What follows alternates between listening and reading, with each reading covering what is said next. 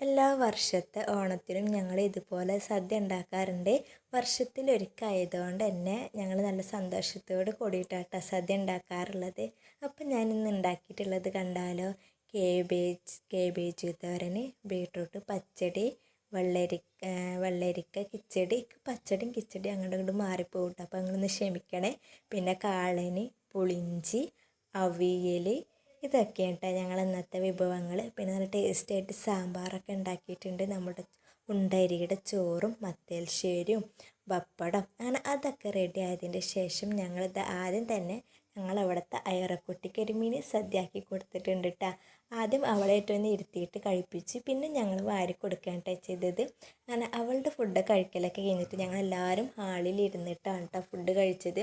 നല്ല സന്തോഷത്തോട് കൂടിയിട്ടാണ് ഞങ്ങൾ ഈ വർഷത്തെ ഓണം ആഘോഷിച്ചത്. ഞങ്ങൾ ഇതുപോലെ സദ്യയൊക്കെ ഉണ്ടാക്കിയിട്ടാണ് ആഘോഷിക്കാറുള്ളത് കേട്ടോ. കാരണം ഞങ്ങൾക്ക് ഇഷ്ടമാണ് ഈ സദ്യ എന്ന് പറയുന്നത്.